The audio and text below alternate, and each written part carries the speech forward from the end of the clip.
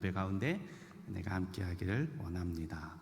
오늘은 24장 본문을 통해서 리브가와 드보라라는 제목으로 좀 말씀 나눌게요. 지난주에 24장을 살폈어요.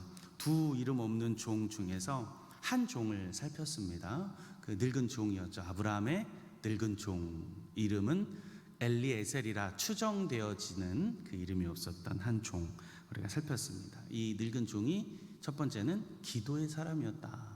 묵묵하게 주목하면서 혹은 화살 기도로, 그리고 묵상하면서 계속해서 기도하는 사람이었다. 두 번째는 지체하지 않았던 사람이다.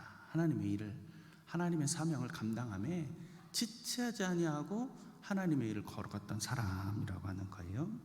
오늘은 그 두 이름 없는 종 가운데서 오늘 한 사람인 드보라라고 하는 사람, 또 그리고 오늘 24장과 25장에서 거의 핵심 주인공이라고 할 수 있는 그 리브가라고 하는 우리 이삭의 아내 야곱의 어머니 리브가를 좀 함께 살펴보고 싶어요.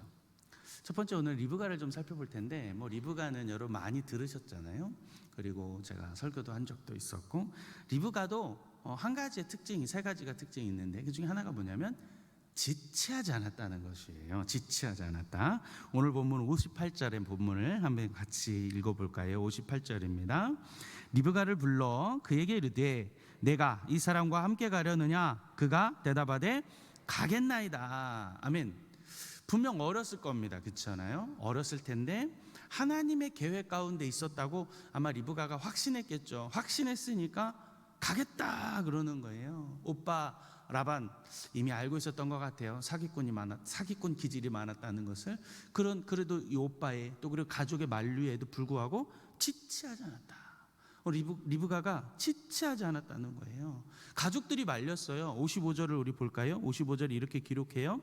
리브가의 오라버니와 그의 어머니가 이르되 이 아이로 하여금 며칠 혹은 열흘을 우리와 함께 머물게 하라라고 하는 건데, 여러분 이것을 보면 우리 알 수 있죠. 벌써 또 지금 수작질하고 있는 거예요. 이 라반이라고 하는 자가 야곱을 등쳐먹던 그 버릇이 벌써부터 원래 있었던 거예요. 원래부터 있었어요. 그럼 나중에 야곱의 이야기를 보다 보면 이 라반으로부터 이 야곱이 받았던 그 서름을 막 울분을 토해내는데 내 품삯을 10번이나 바꿨다는 거예요. 10번이나 바꿨죠. 했다. 여러분 이걸 본다면 오늘 며칠 혹은 열흘을 우리와 함께 머물러라 라고 하는 이 가족 혹은 이 라반의 말을 우리는 이렇게 해석할 수 있죠. 지난주에도 말씀드렸지만 못 가게 하겠다. 여러분 이 늙은 종이 그냥 빈손으로 오지 않았다 그랬잖아요. 진귀한 것을 가지고 왔거든요. 낙타도 많이 가져왔고 보석도 가지고 왔고 선물도 가지고 왔고, 말 그대로 하자면 우리 문화처럼 이바지 하러 가지고 온 거고, 그거 다 가지고 온 거예요. 우리 결혼할 때 오고 가는 거 있잖아요. 그 선물을 지금 다 갖고 온 거예요. 그걸 다 가져왔으니 이걸 그냥 안 보내겠다라고 하는 아주 그냥 철저한 계산적인 마음으로 지금 선이 지금 속보이는 거잖아요. 여러분 물론 인지상정상 어머니를 떠나야 하는 처녀의 마음이 우리는 이해되죠. 머물러도 전혀 이상하지 않죠. 여러분 자기 집을 지금 떠난다고 그러는데, 근데 지금 오늘 리브가는 전혀 그렇지 않다는 거예요. 오늘 리브가의 모습도 그렇고 지난주에 늙은 종의 모습을 보면서도 깨달은 게 하나 있습니다. 지체하지 않는다.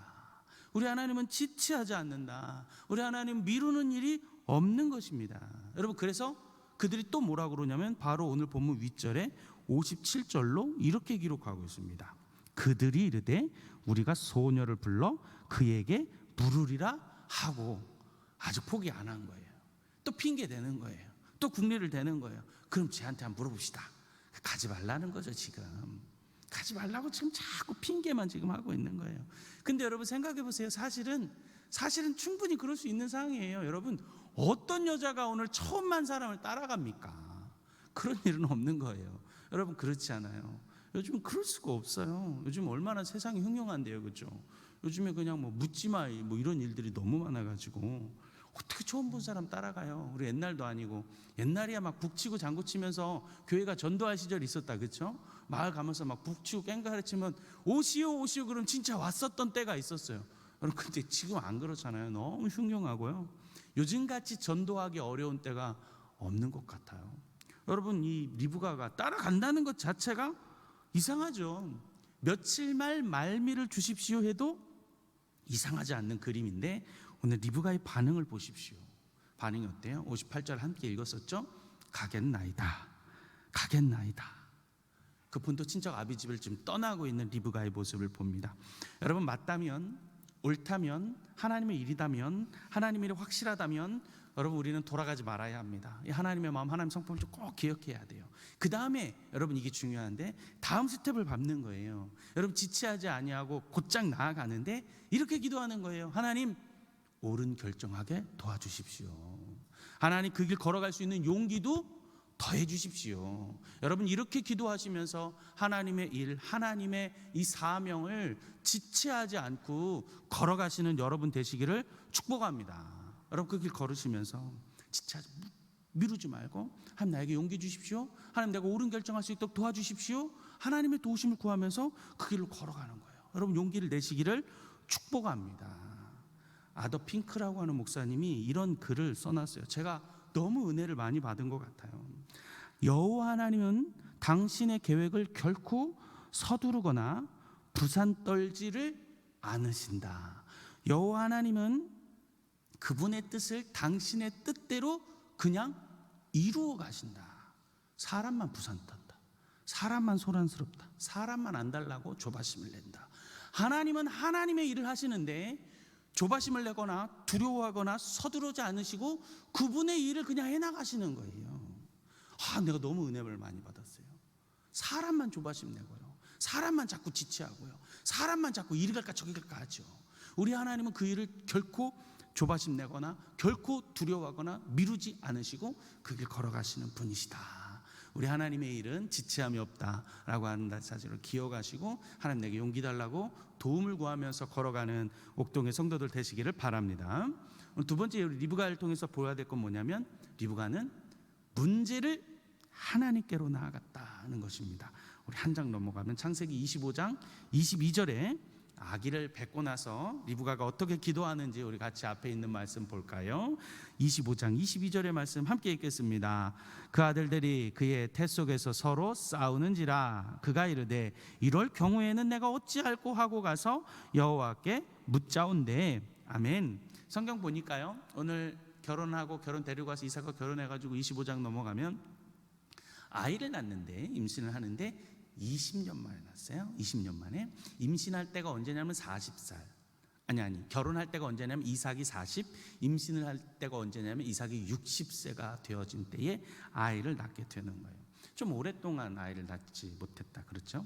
성경에는 리브가의 나이는 기록되어 있지 않습니다. 그래서 나이를 추정하기는 좀 어려워요. 그런데 우리는 추정이라는 걸 해볼 수 있고 해석이라는 걸 해볼 수 있는데 결혼 정년기라는 것을 우리가 상상해 볼 수 있는데 늙은 종이 리브가를 구하러 갈 때 창세기 24장에 보니까 물 기르러 다닐 만한 어떤 그 처녀를 만났다라고 그랬어요. 남자를 가까이 하지 않은 처녀인데 물을 기르러 다닐 수 있는 처녀다라고 하는 것을 우리는 근거 삼을 수 있어요.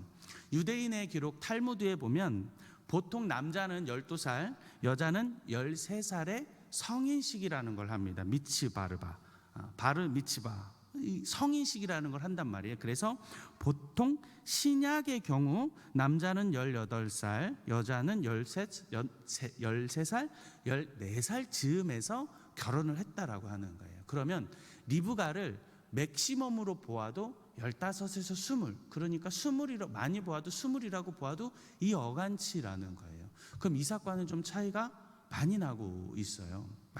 많이 나고 있는 거예요. 그런 관계에서 결혼했는데 아이가 없었어요. 아이를 낳았어요. 아이를 임신했어요. 여러분 얼마나 기뻤을까요?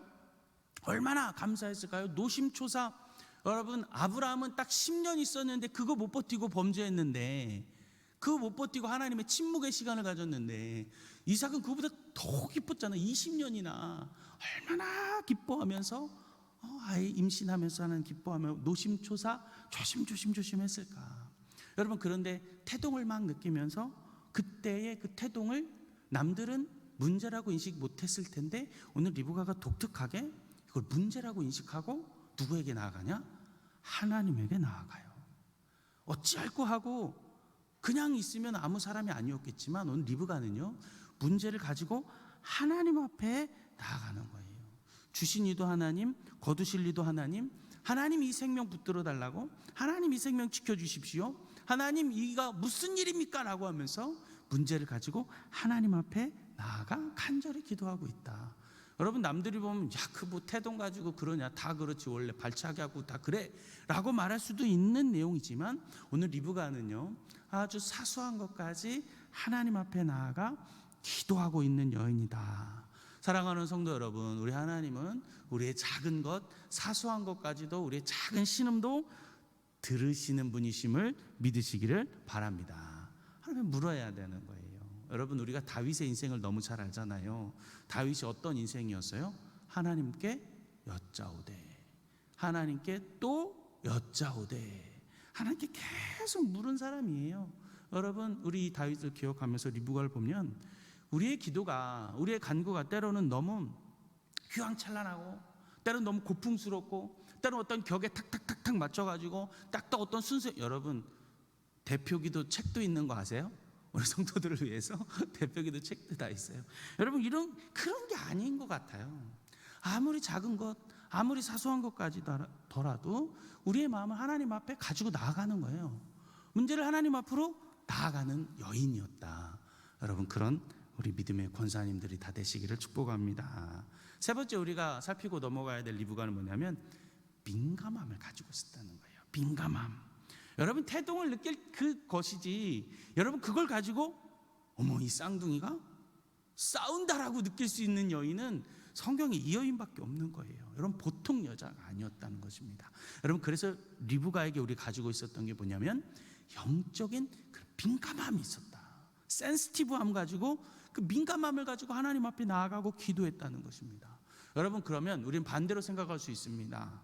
성도에게 가장 무서울 게 뭐냐, 성도에게 가장 주의해야 될 게 뭐냐, 반대 것이죠. 무뎌짐입니다. 여러분, 죄에 대한 무뎌짐, 무감각함, 여러분 이거 우리 가장 주의해야 될 줄로 압니다. 닳고 닳아버려 가지고 이제는 뭐 건드려도 아무런 반응이 일어나지 않는 그런 닳고 닳은 그런 내 마음이 혹시 있다면 오늘 리브가를 통해서 오늘 봐야 한다는 것입니다. 성도가 만약에 그런 마음이다, 내 마음이 그렇다, 여러분 정말 우리 계속해서 우리를 조명하면서 점검해야 합니다. 내가 왜 이렇게 무너졌냐, 내가 왜 이렇게 무디어졌나, 내가 혹시 놓치고 있었던 것이 없었는가. 여러분, 내 안에서 그 죄의 인식이 되어지지 않는 그런 무뎌짐 속에 있다면 자꾸 발견하고 또 보고 또 봐야 하는 것입니다. 사랑하는 성도 여러분, 우리는 죄의 지배 아래 살지 않습니다. 예수 그리스도를 믿음으로 영접하고 난 이후에 우리는 어떤 지배 아래 살아요? 은혜의 지배 아래 살아요. 은혜의 지배 아래 사는데 여러분, 이 죄가 완전히 싹 없어졌는가? 아니요, 그렇진 않습니다. 죄를 지을 수 있는 그런 영향력이 남아져 있어요. 우리는 그걸 부패성이라고 그래요. 죄 지을 수 있는 그 부패성이 남아져 있어요. 여러분, 그런데 그 가능성도 우리가 계속해서 민감함에 있어야 되는데 그러는지 말든지 라고 하는 무뎌짐이 있다면 주의해야 한다. 또 조심해야 된다. 여러분, 그러니 베드로 사도가 뭐라고 그래요?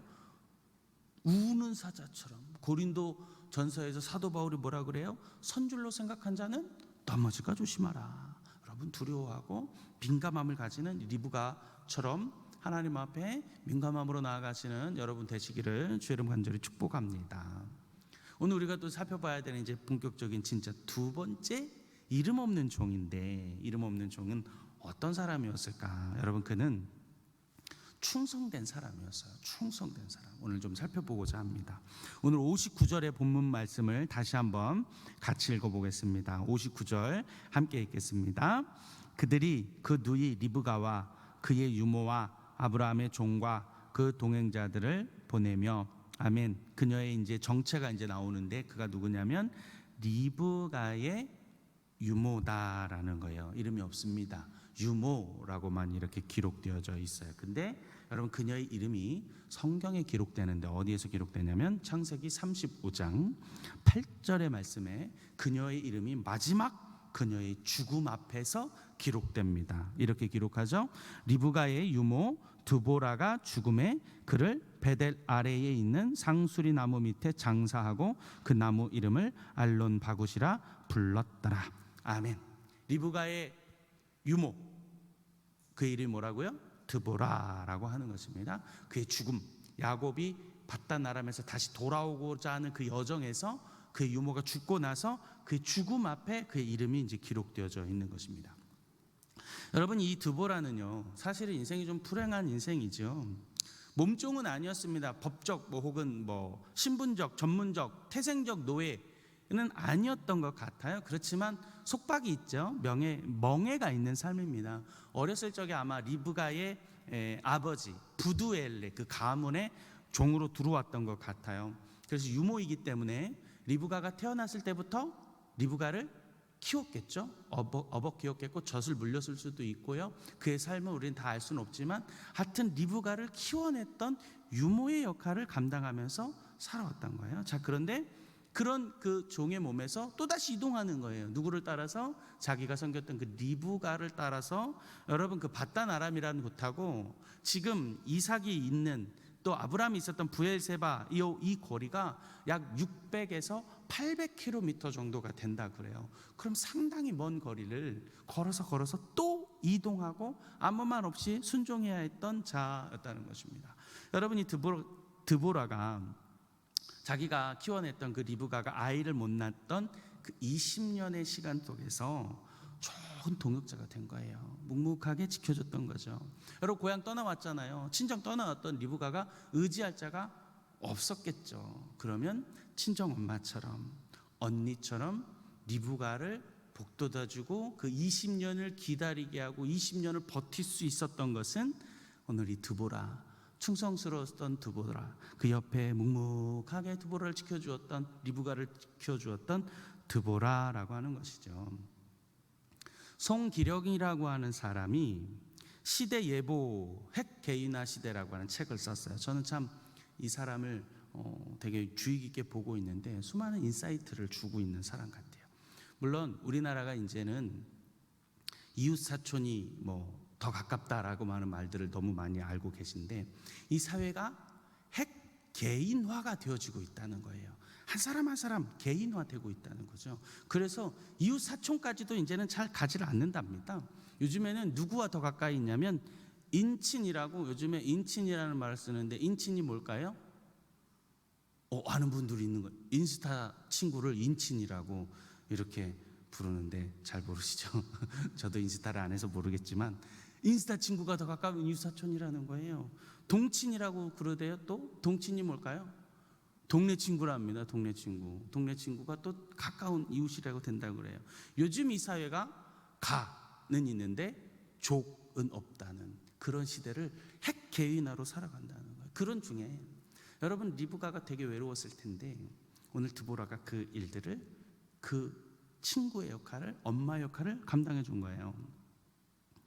여러분, 리브가의 나이를 기록되지 않았기 때문에 우리가 모른다 그랬잖아요. 근데 나이 차이가 꽤나 있을 법한, 이삭이 40세였으면 리브가는 한 20살 정도였을, 2배 혹은 3배 났을 텐데 역시나 드보라의 나이도 모릅니다. 우리는. 그렇죠? 그런데 추측할 수 있는 거는 이 드보라의 나이가 아마도 이삭과 비슷한 나이였을 수도는 있을 것 같다. 왜냐하면 리브가를 유모처럼 키웠으니까요. 그렇죠? 유모처럼 키웠으니까 그 정도 나이가 될 것 같아요. 그래서 이런 해석도 있는데요. 어떤 해석이 있냐면 성경을 믿지 않는 사람들이 예수님과 마리아가 그렇쿵 저렇쿵 해서 그렇쿵 저렇쿵이다, 이런 영화도 나오고 다빈치 코드 이런 소설도 나왔던 것처럼 이 드보라와 이삭이 그렇고 그런 사이였을 수도 있겠다라고 해석하는 사람들도 있고 그런 가능성도 있을 것 같아요. 여러분, 왜 그러냐면 제가 이따 말씀 좀 풀어나갈 건데 야곱이 있잖아요. 장자의 축복을 빼앗잖아요. 누구의 것을요? 에서의 것을 빼앗잖아요. 여러분, 에서의 것을 빼앗아서 야곱에게 주게 되는데 이거의 결정적인 역할을 한 게 누구죠? 에서의 것 옷 훔쳐다가 야곱에게 입히기에 결정적으로 역할을 한 게 누구예요? 리브가잖아요. 여러분, 이 순간부터 이삭과 리브가가 틀어졌을 것이다라고 하는 추측과 해석이 있습니다. 여러분, 왜 그럴까요? 왜 그러냐면 정말 성경을 보시면 리브가가 언제 죽었다는 말이 없습니다. 여러분, 리브가가 그 사건 이후로 성경에 정말 싹 사라집니다. 등장하지 않습니다. 나타나지 않아요. 보통 믿음의 족장들의 아내들이 언제 죽었다 정도는 나오거든요. 언제 죽었다. 여러분, 23장을 보면 사라는 한 장에 걸쳐서 기록하고 있잖아요. 근데 리브가가 죽었다는 내용도 없고 어떻게 됐다는 기록도 싹 사라진 거예요. 리브가의 기록이 안 나와 있어요. 제가 지지난번에 영화를 한번 인용하면서 영화 천문이라고 하는 영화를 인용하면서 세종대왕과 장영실의 브로맨스를 설명해 드린 적이 있었는데, 여러분 왜 역사적 기록에서 장영실이 빠졌을까요? 정말 신기하죠. 장영실이가 정말 놀라운 기술을 많이 발전시켜 놨는데 어느 순간 싹 사라졌습니다. 왜 사라졌을까요? 여러분, 그럼 어떤 이유에서 리브가의 기록이 없을까요? 죽었다는 기록조차 왜 안 남아 있을까요? 여러분, 레아도 죽었다는 기록이 있어요. 라헬도 죽었다는 기록이 있습니다. 사라 역시 있어요. 리브가는 없어요. 왜 없을까요? 다만 묻혔다는 기록만 남아져 있어요. 여러분, 이런 상상이 가능한 거예요. 여러분, 이 리브가가 언제 죽었는데 죽었다는 기록 없고 그냥 장사되었다는 기록이 어디서 나타나고 있느냐? 창세기 49장에 나옵니다. 창세기 49장에 보면 이렇게 기록돼요. 아브라함과 그의 아내 사라가 거기 장사되었고 이삭과 그의 아내 리브가도 거기 장사되었으며 나도 레아를 그곳에 장사하였노라 하면 이렇게 기록하는 거예요. 야곱도 죽고 나서 그 헤브론에 묻히게 되어지는 거죠. 언제 죽었을까? 기록이 없어요. 아마도 이삭과 리브가가 그 야곱이 장자의 축복을 얻는 그 사건 속에서 어떤 트러블이 있었을 것이라고 충분히 해석할 수 있는 거예요. 리브가는 언제 죽었을까요? 야곱이 밧다나람으로 돌아갔을 그 20년의 기간 안에 언젠가 죽었을 것 같아요. 그때 이 유모였던 드보라는 어디에 있었던 걸까? 이 드보라는 무엇을 하고 있었던 걸까? 여러분, 야곱이 떠나고 나서 엄마 리브가는 야곱을 보고 싶었고요, 야곱의 소식을 듣고 싶었고요, 야곱의 이야기를 전해 듣고 싶었을 때 이 리브가가 누구를 사용했냐면 원래 고향에서 왔던 그 유모를 보냈던 것 같아요. 보내고 소식을 듣고 오게 하고 왕래시켰던 것 같아요. 여러분, 이 리브가는 믿음의 자녀, 에서가 아닌 약속의 자녀 야곱을, 언약과 말씀의 자녀였던 야곱을 평생 볼 수 없으며 아주 슬퍼했던 것 같아요. 얼마나 애가 탔겠습니까? 얼마나 그리웠을까요? 그 유모 드보라를 통해서 그 소식을 주고받은 거예요. 여러분, 그 일을 이 드보라가 충성스럽게 감당한 거죠. 오고 가는 일을요, 그 600, 800km의 길을요, 나이도 많았을 텐데 충성스럽게 감당했다. 저는 이것도 참 좋은 해석이 될 수 있다고 생각합니다. 여러분, 우리가 오늘 이 유모인 드보라를 더 다시 보아야 할 이유가 뭐냐면, 아까도 함께 읽었는데 한 번 더 읽으실 텐데 창세기 35장 8절의 말씀을 우리 같이 한번 읽어보겠습니다. 창세기 35장 8절의 말씀 한번 읽어볼까요? 시작. 리브가의 유모 드보라가 죽음에 그를 상수리 나무 밑에 장사하고 그 나무 이름을 알론 바굿이라 불렀더라. 아멘. 여러분, 저기를 잘 보세요. 야곱이 밧다라람에서 다시 내려올 때에 있었던 사건인데, 이런 본문에서 여러분, 우리는 이상한 걸 느낄 수 있어야 돼요. 제가 아까 사전에 설명했죠. 누구의 기록이 없어요? 엄마의 기록이 없어요. 엄마 언제 죽었는지 기록이 없어요. 장례도 없어요. 여러분, 그런데 야곱이 다시 돌아오면서, 고향으로 다시 돌아오면서 밧다라람에서 그렇게 라반에게 모진 고통, 수모, 사기를 다 당하고 나서 돌아오는 그 길에서 35장에서 누구의 기록이 있냐면 유모의 기록이 있어요. 독특하죠. 여러분, 그런데 유모는 아까 이름이 있었다 없었다? 없었어요. 없었잖아요. 근데 35장에서 다시 이름이 등장하는 거예요. 유모의 이름이요, 종의 이름이요, 여자의 이름이요. 여러분, 이것이 아주 절묘하다는 것입니다. 여러분, 성경은 시간, 여러분 지명, 이름, 숫자, 나이 상당히 중요합니다.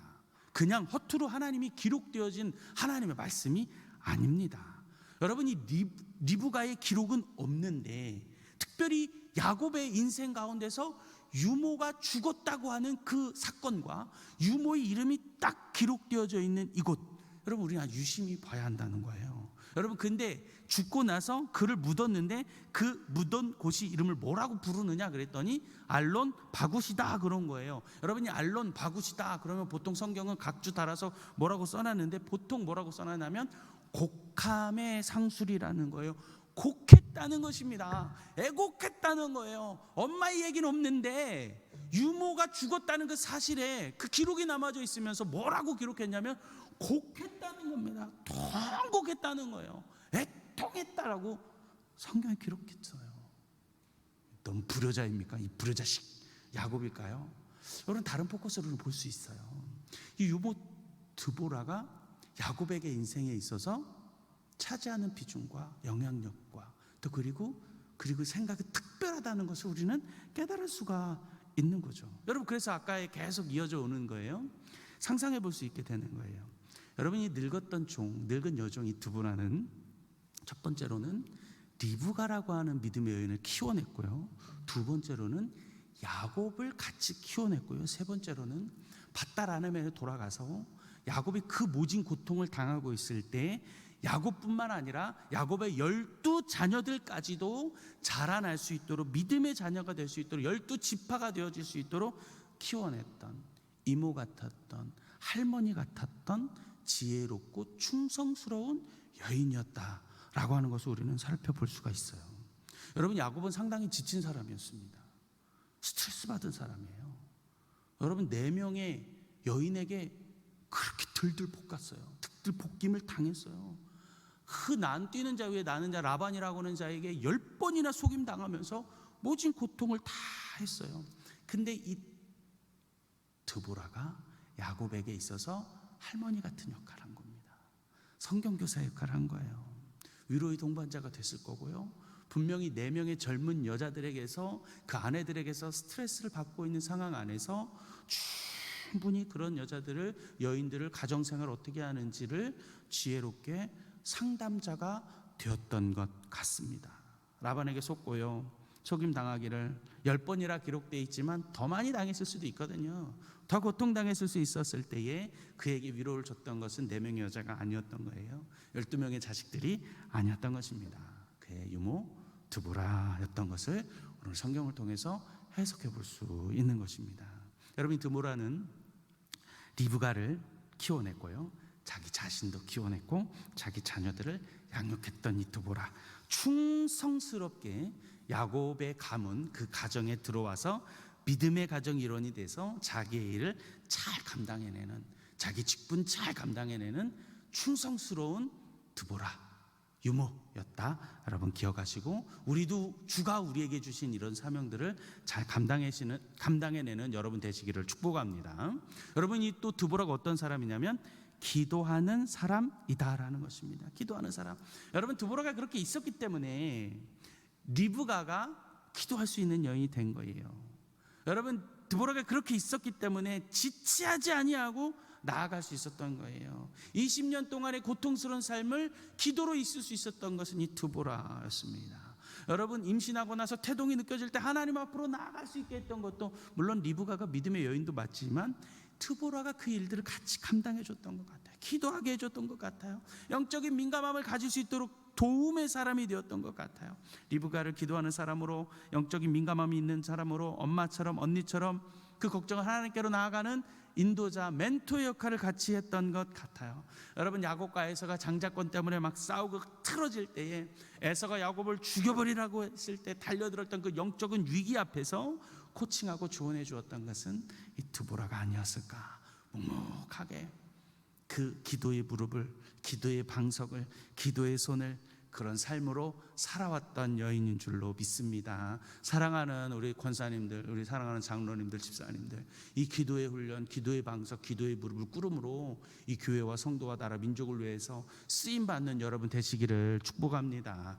이름 없이 빛도 없이 여러분 기도하는 기도의 사람들이 되시기를 축복합니다. 월요일마다 기도하는 분들이 있습니다. 평일에 낮에 작정하고 2시간을 채우려고 오시는 분들이 있습니다. 여러분, 새벽을 깨우며 기도하는 새벽의 성도들이 있습니다. 여러분, 이분들이 이 교회의 코어이고 이 교회의 일꾼인 줄로 믿습니다. 기도하는, 기도의 방석을, 기도의 무릎을 꿇으시는 여러분 되시기를 축복합니다. 마지막으로 이 드보라는 어떤 사람이었냐?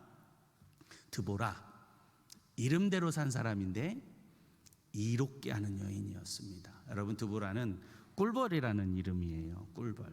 꿀벌은 이롭게 하는 익충이죠. 회충 같아 보여도 징그럽고 침 딱 쏘니까 해롭다고 생각하지만 꿀벌은 이로운 동물, 곤충입니다. 말벌이요, 침을 여러 번 쏘니까 위험하지 꿀벌은 딱 평생 한 번만 쏴요. 여러분, 꿀벌이 침을 쏘잖아요? 그럼 죽어요. 일개 픽살로 쏘는 거예요, 꿀벌은. 여러분, 꿀벌이 없으면 요즘에 뉴스에 종종 보시나요? 꿀벌이 사라지고 있답니다. 기후변화로. 여러분, 그러면 가볍게 볼 일이 아닙니다.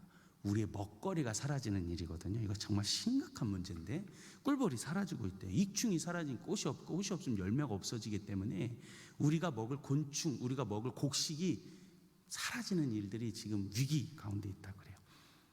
꿀벌이라고 하는 이름처럼 이로운 인생이 되어진 거죠. 리브가의 아버지 부두엘이 그런 이름을 지어줄 때에 그 이름처럼 이로운 자가 되었어요. 어떻게 해요? 리브가를 이롭게 기도의 사람 만들었어요. 리브가뿐만 아니라 야곱을 야곱되게 만들어줬죠. 코칭한 사람이죠. 여러분, 그녀가, 여인이 리브가가 죽고요, 여러분, 그녀는 그냥 라반 삼촌에게로 갈 수도 있었어요. 그런데 그렇지 않습니다. 이삭에게 남았을 수 있는데 그렇지 않아요. 어디로 가냐면 야곱을 따라가요. 야곱을 따라가서 믿음의 사람, 언약의 자녀, 약속의 사람, 야곱의 축복, 하나님의 축복을 받는 그 야곱 곁에 가서 야곱을 야곱 되어주도록 세우는 거예요. 여러분, 입방아에 올랐을 거 아니에요. 제가 아까 그런 해석이 있을 수 있겠다 그랬잖아요. 리브가 이삭이 틀어지고 나서 드보라와 이삭이 그렇쿵저렇쿵 할 수도 있다, 그런 입방아가 있을 수도 있다 그랬잖아요. 여러분, 그런 걸 다 건설하고 야곱을 따라가서 야곱이 야곱 되게 하는 거예요. 야곱이 12자녀 12지파가 되게 하도록 이 드보라가 그 일을 감당하는 거예요. 그러니 그녀의 이름이 기록되고요, 그러니 그녀를 위해서 애곡하고 애통하다는 것을 우리는 볼 수 있는 것입니다. 여러분, 그녀로 인하여서 여러분, 아브라함, 이삭, 야곱, 요셉 쭉쭉쭉 하나님의 그 구속의 섭리가 유다를 통하여서 예수, 다윗을 통하여서 예수 그리스도가 오고 계시는 그 구속의 섭리가 이 꿀벌이라고 하는 이름을 가진 드보라의 한 여인의 그 수고를 통해서 그것들이 이어지고 있는 것을 우리는 볼 수 있다는 것입니다. 말씀 정리하겠습니다. 오늘 24장 25장의 말씀들을 함께 보았습니다. 리브가와 드보라라고 하는 여인을 살폈습니다. 여러분, 리브가는요, 지체하지 않는 사람입니다. 하나님 앞에 옳은 길이라 믿으면 그 길 가지고 행동하고 도와주심을 기도하며 살아간 사람입니다. 여러분, 리브가는요, 문제를 가지고 하나님 앞에 나아간 사람입니다. 여러분, 우리 문제를 하나님 앞에 나아가 기도하시는 여러분 되시기 바랍니다. 여러분, 리브가는요, 성령님의 민감함을 가지고 있었던 사람, 센시티브가 있었던 사람이에요. 여러분, 죄에 민감하고 성령님 앞에 그렇게 민감함으로 나아갈 수 있는 여러분 되시기를 축복합니다. 여러분, 지난 시간에 제가 묘비 얘기를 한 적이 있어요. 묘비명. 여러분 인생이 마지막에 어떻게 기록되고 싶으세요? 여러분, 이 드보라가 그렇게 한 줄로 기억되어지면서 알론 바굿, 상수리의 곡함의 상수리라고 기록되면서 우리가 드보라를 해석해 볼 수 있었고요, 드보라라고 하는 여인을 지금 관찰해 볼 수 있었잖아요. 여러분의 인생 묘비 어떻게 기록되고 싶으세요? 나는 어떤 사람으로 기록되고 싶으세요? 서울에 가면 마포 양화진에 선교사 묘지가 있어요. 여러분, 그 선교사 묘지에 한 여인의 묘비명이 저의 가슴을 엄청 많이 뛰게 했습니다. 20살 청년에, 25 청년에 저에게 너무 많이 뛰게 하면서 선교의 일을 가게 했던 그 메시지가, 두근거리던 메시지가 하나 있어요. 한번 사진 보실까요? 루비 캔드릭이라고 하는 여인이에요. 25살의 나이에 한국 땅에 와서 죽었던 미 감리교 여자 선교사님이에요. 이 선교사님 뭐라고 기록했냐면, If I had 1,000 lives to give, Korea shoot them all. 만일 내게 1,000개의 생명이 있으면 그 모두를 이 조선에 바치겠습니다. 25살의 처녀 선교사님이 한국 땅에 들어와서 그 삶을 드리면서 이렇게 기록하고요, 그 묘비에 저렇게 남겨져 있어요. 너무나도 멋진 묘비가 아닌가. 하나님 앞에 내 1,000개의 삶도 다 드리겠습니다 라고 기록되어져 있는 저 묘비의 명처럼, 여러분, 오늘 드보라가 한 번의 줄로 기록되어져 있지만 그걸 통해서 우리는 또 깨닫게 되는 거예요. 충성한 사람이었습니다. 충직한 사람이었어요. 여러분, 있는 자리를 잘 지켜내는 충직한 성도들 되시기를 축복합니다. 여러분, 두보라는 기도하는 사람이었어요. 기도하게 만들었어요. 여러분이 두보라는 이름대로 산 사람으로 남을 이롭게 하는 사람, 남을 도와주는 사람이 되었던 것을 보게 됩니다. 사랑하는 우리 사교구원 성도 여러분, 살아가는 수요예배 성도 여러분, 하나님 앞에 이렇게 존귀하게 사용받고 쓰임 받았던 이 리브가, 또 그리고 늙었던 종 엘리에셀, 이 두보라 같은 인생들이 다 되시기를, 그런 복된 성도들이 되시기를 주님의 이름으로 간절히 축원합니다. 축원합니다. 기도하시겠습니다.